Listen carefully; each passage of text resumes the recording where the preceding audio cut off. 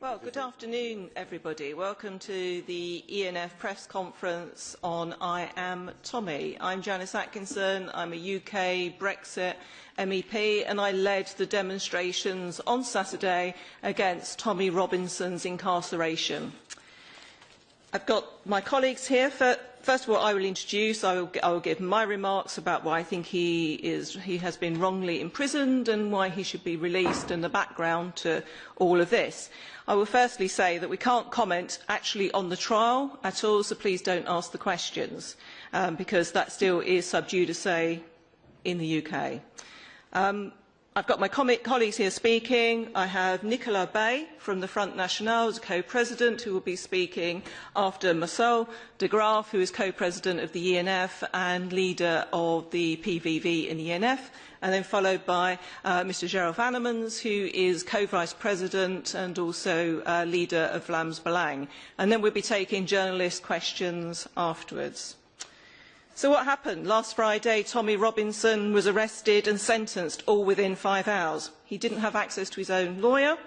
Within 24 hours, I arranged a free Tommy Robinson march. Thousands came to Whitehall. We then had another conference and speeches down near Parliament. It was quite unprecedented, actually, and the anger cannot be underestimated, that you can suddenly mobilise those amount of people. Next Saturday, there's going to be another demonstration, this time in Manchester, in the north of England. And again, the Veterans for Britain will be there, the Football Lads Alliance. And then Tommy himself has asked for a demonstration to take place on the 9th of June, again, in London. It will be huge. There is a groundswell of feeling about this arrest, incarceration.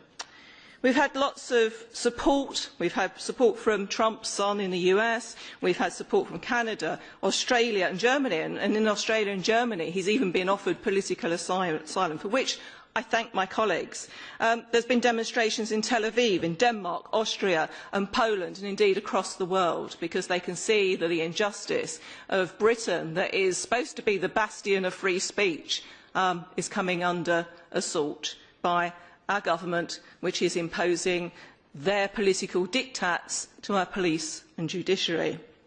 Let's think about what Tommy is going through at the moment. He's locked up inside a prison, and in our prisons we have many jihadis sitting in those prisons, and the only hope he's got of survival, and he fears for his life, we feel for his life as well, because the jihadis will be attacking him. He'll have to go into segregation with the sex pests, the sex offenders. Is that right? We think it's not.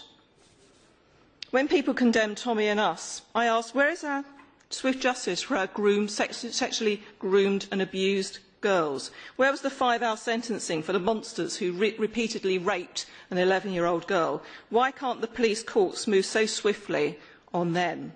Even if you agree with you disagree with Tommy's actions, the historic brushing under the carpet of sex abuse and the rape of poor working-class girls by Muslim grooming gangs went unreported and ignored for 20 years in my country. And I know it's happening across other countries where we've had uncontrolled immigration and we've had jihadis sitting there and festering amongst their own communities, all in the name of multiculturalism. But if you're angry about what happened with Tommy Robinson, are you not angry that the mainstream media targeted people, old white guys, accused of historic sex abuse, like Max Clifford, and Rolf Harris and Gary Glitter? Are you happy that the BBC sent a helicopter in to look at the case of when the police raided Cliff Richard? That man went under severe trauma. Are you happy about that? Are you happy that the mainstream media will go to the courts to try and get gagging notices against so-called celebrities because you don't think that they're entitled to a private life? Are you happy with all of that? Across the UK, we are seeing this huge backlash where white working class people are not being heard. We're being brushed aside for a very, very small minority, and we're having to bow down to them, change our laws, who are trying to change our culture and identity. And when we sit here, we think about, we are Tommy, I am Tommy, let's free Tommy. And I'd like to hand over to my colleague, Marcel de Graaf. Yes, ladies and gentlemen, of course, justice must be served. In the UK, journalists need to be careful. Sorry. Well, it's on. I'll start again. Of course, justice must be served. In the UK, journalists need to be careful in their approach in order not to influence a jury in a trial. Nevertheless, they must be able to do their work and to report the news, whether it's big or small. Freedom of the press and freedom of speech are fundamental pillars of democracy. Take away the freedom of speech, take away the freedom of the press, and you will end up in a dictatorship. Now we see all over the EU action against so-called hate speech. And hate speech is the new legal instrument to silence unwanted opinion, to cover up crimes, to silence political opposition. It's the so-called legal warfare of jihad. Contempt of court has yet become another instrument in the toolset to silence the free press and free speech, to cover up horrendous crimes and the complicity of local and national authorities. The EU is on a fast track to become a totalitarian empire, and for now I still include the UK. The liberal globalist elite still holds power in the UK as it does in the EU. They are the ones pushing an agenda of Islamization, of destroying Western culture and Western identity. And they do it by all means. The propagated Islamization results in a terrifying rise in crime. That is, according to our values and our legal system, it are horrendous crimes. According to Sharia law, they are not. You can abuse women and mutilate their genitals. You can hold women as slaves.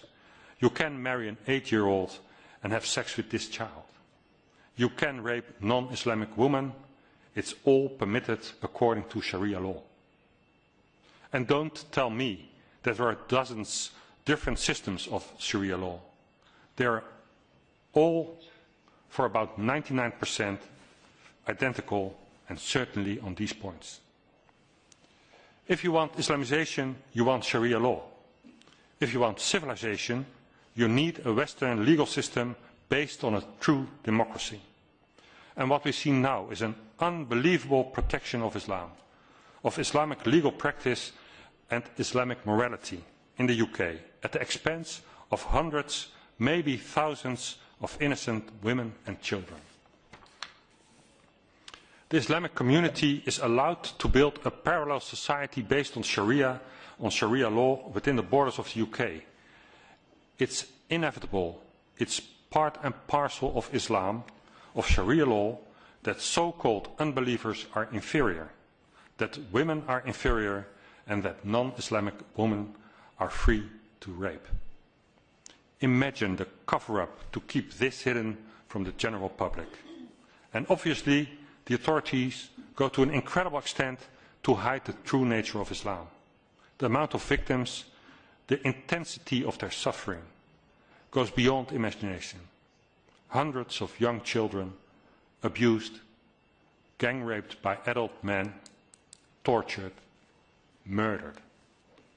Do you really think, given these facts, that a jury can be influenced by a single journalist asking questions about feelings of guilt?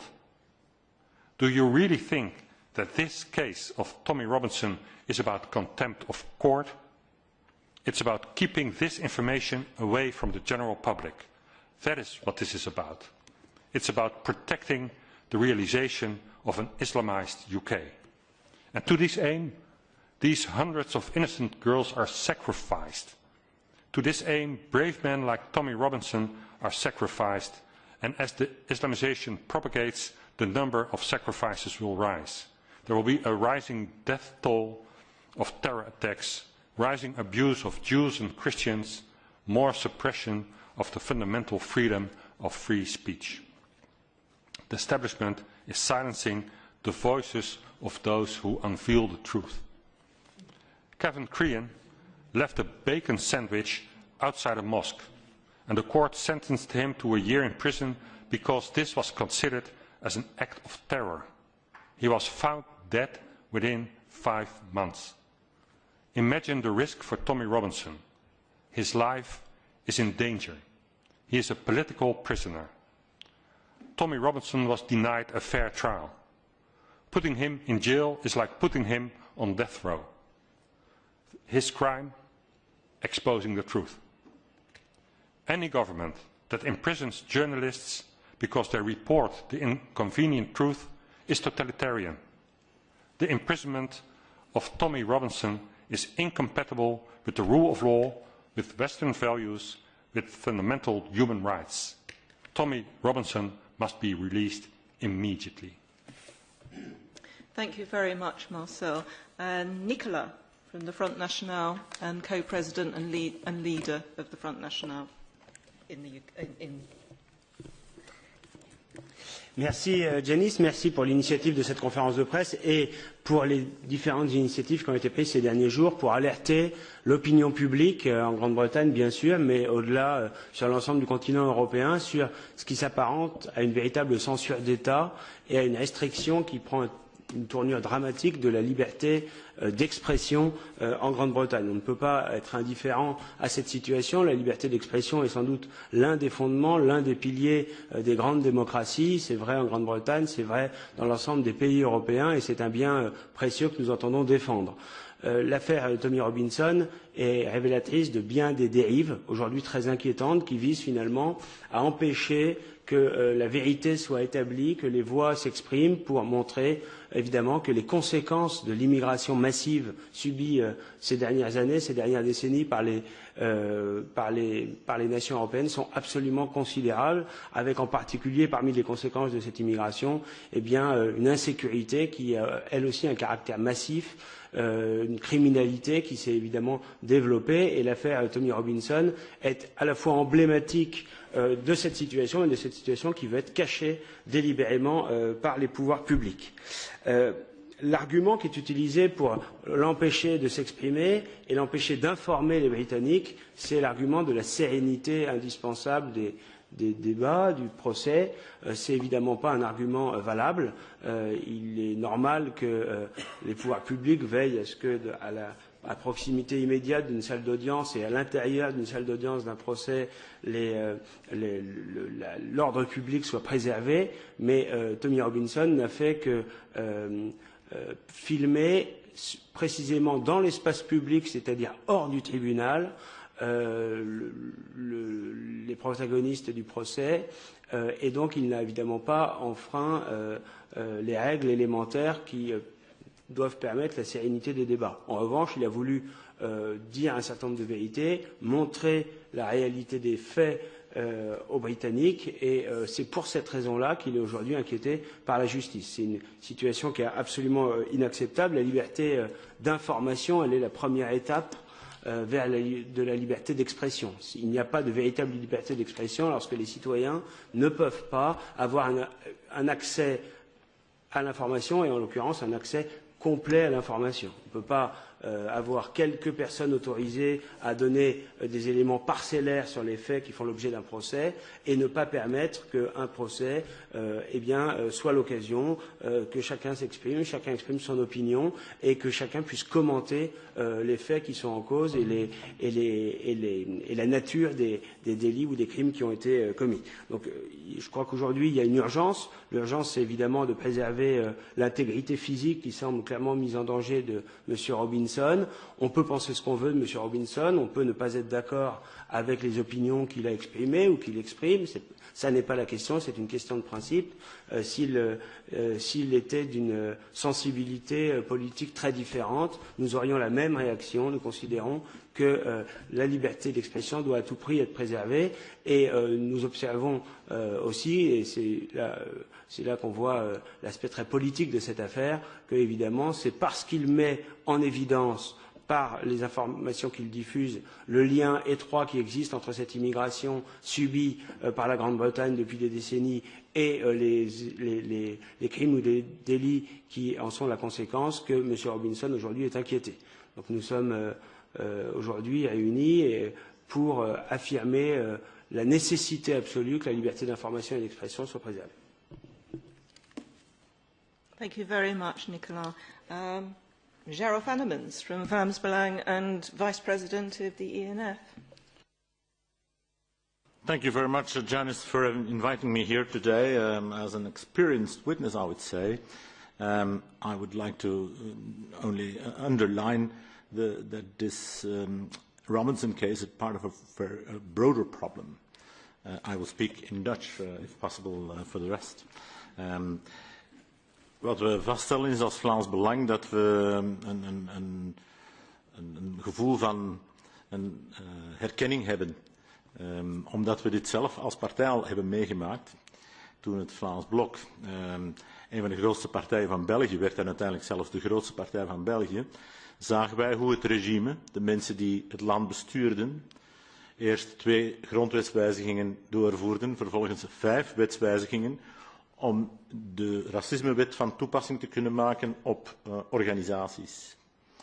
En dan hebben ze dat gecombineerd met een wetgeving in zaken criminele organisaties, overigens een wetgeving die wij zelf hadden gestemd, omdat we dachten dat daarmee maffiabendes in Vlaanderen in België zouden aangepakt worden. En de combinatie van die 2 wetgevingen heeft uiteindelijk ervoor gezorgd dat mijn partij werd veroordeeld als een partij die op basis van een aantal toespraken van mijzelf en collega's moest verboden worden als een criminele organisatie die zich had bezondigd aan racisme.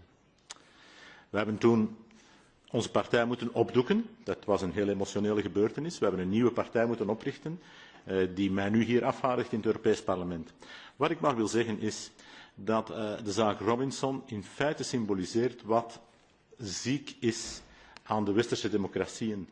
We zitten hier vandaag, maar we komen van heel veel zaken in het recente verleden en we gaan naar veel zaken in de toekomst. Daarom zitten wij hier vandaag solidair samen om Robinson te ondersteunen. Meestal ziet men dat het gaat om artificiële gehelen die instabiel zijn en zichzelf proberen te stabiliseren met het muilkorven van degenen die oppositie voeren binnen dat systeem. We zien dat in België, dat ook een artificieel land is, zoals u weet. En een van onze hoofdzonden was het feit dat wij een onafhankelijk Vlaanderen uit dat België wilden weghalen. Je ziet dat ook in de Europese Unie, die steeds radicaler wordt in de manier waarop ze de oppositie muilkorft.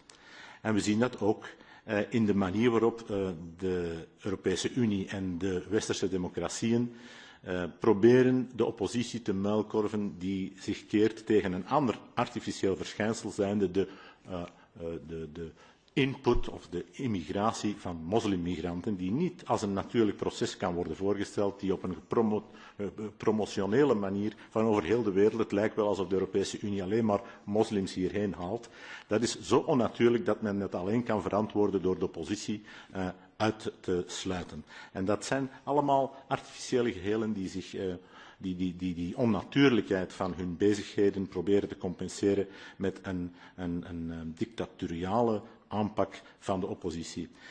We zitten dus in een veel breder spectrum. We zijn de oppositie, ja natuurlijk, tegen een regime en een systeem dat zich niet overeind kan houden zonder ons te muilkorven. We zien dat Merkel daarmee begonnen is, ook in zaken sociale media, die de klassieke media konden als een alternatief omzeilen. We zien dat Merkel meteen begonnen is als eerste, niet toevallig wellicht, met heel zware straffen, onmenselijk zware straffen op te leggen aan Facebook, aan Twitter en dergelijke, wanneer ze niet meteen zelf spontaan zogenaamd racistische of niet aanvaardbare boodschappen zouden schrappen. We zien nu dat Macron heeft beloofd dat hij die wetgeving zal volgen. We zien ook dat de Europese Commissie dat soort wetgeving heeft geïntroduceerd. Dus die kleine vluchtweg die we hadden van de sociale media is ook al opnieuw in gevaar. En dit alles maakt ons niet erg optimistisch voor de manier waarop het in de toekomst mogelijk zal zijn om dit systeem, dat tot heel radicale middelen bereid is, om dat systeem op de juiste manier in een democratische geest ook te gaan blijven bekritiseren. We zullen daarvoor heel wat energie nodig hebben en we zullen zeker solidariteit moeten betonen met collega's zoals Tommy Robinson, die aan wie men nu probeert te doen overkomen, wat ons eigenlijk allemaal ooit te wachten staat of al gebeurd is, zoals in mijn geval met mijn partij en zoals in zijn geval. Dat is natuurlijk een red line. Een gevangenisstraf is zeer symbolisch, daarom zijn we hier ook vandaag, omdat dat tot ieders verbeelding spreekt. Dat is ook de reden waarom ik u dank om mij de gelegenheid te hebben gegeven om hierover te spreken. Dank u. Well, thank you very much, colleagues. We appreciate it so much in the UK. We might be leaving the EU, but we're certainly not leaving Europe. And you can see what's happening with our opposition, with the opposition that we have when they're trying to prosecute Marine Le Pen for sharing jihadi images, and they're trying to prosecute Geert Wilders because of his views and exposing what's going on. I'll hand it over to the journalists now. If you can state who you are and what journal that you represent, and then we'll try to answer your questions. Sir? Thank you. David Carretta, Radio Radicale. Italian Radio en français, c'est une question à Monsieur Bailly, c'est à propos des dépenses du groupe EFN qui ont été contestées par l'administration du Parlement européen. Je voulais vous demander deux choses. Premièrement, on a lu sur le canard enchaîné et sur la presse italienne qu'une des factures pour laquelle vous avez demandé le remboursement, c'est pour des dîners qui ont eu lieu à Paris. On a lu entre Madame Le Pen et Monsieur Salvini. Je me demandais si vous pouvez confirmer ou non leur présence de Madame Le Pen ou Monsieur Salvini. Et plus en général, si vous avez une réponse par rapport aux contestations que le Parlement européen a fait. Merci beaucoup. Je vais vous répondre très brièvement. Ce n'est pas du tout le sujet qui nous occupe, ça ne vous a pas échappé, mais enfin, puisque vous posez la question, je vous réponds bien volontiers. Sur l'information, enfin sur la fake news, en l'occurrence du canard enchaîné, c'est totalement inexact. Ni Matteo Salvini, ni Marine Le Pen n'étaient présents à ce repas. Et d'une manière beaucoup plus générale, nous avons déjà eu l'occasion de nous exprimer sur ce sujet. Il y a deux aspects. Sur les dépenses qui nous ont été contestées sur 2016, pour l'essentiel du montant, ça concerne des interprétations des règles d'appel d'offres qui étaient que nous avions effectuées en 2016 et qui étaient différentes de celles du Parlement européen. Depuis, à partir de 2017, nous nous sommes rigoureusement conformés aux interprétations du Parlement et il n'y aura plus aucune difficulté de cette nature sur nos comptes des années postérieures et notre bonne foi n'est pas en cause. Et s'agissant des quelques dépenses qui sont considérées comme litigieuses, on nous oppose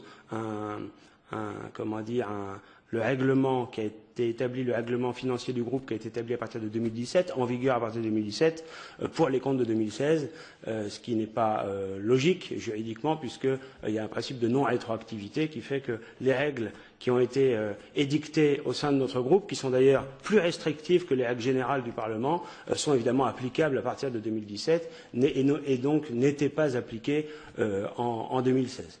Voilà, donc nous avons eu l'occasion de le dire devant la Commission du contrôle budgétaire et nous aurons l'occasion de le dire également auprès du Bureau du Parlement. Any relevant questions? Thank you for coming.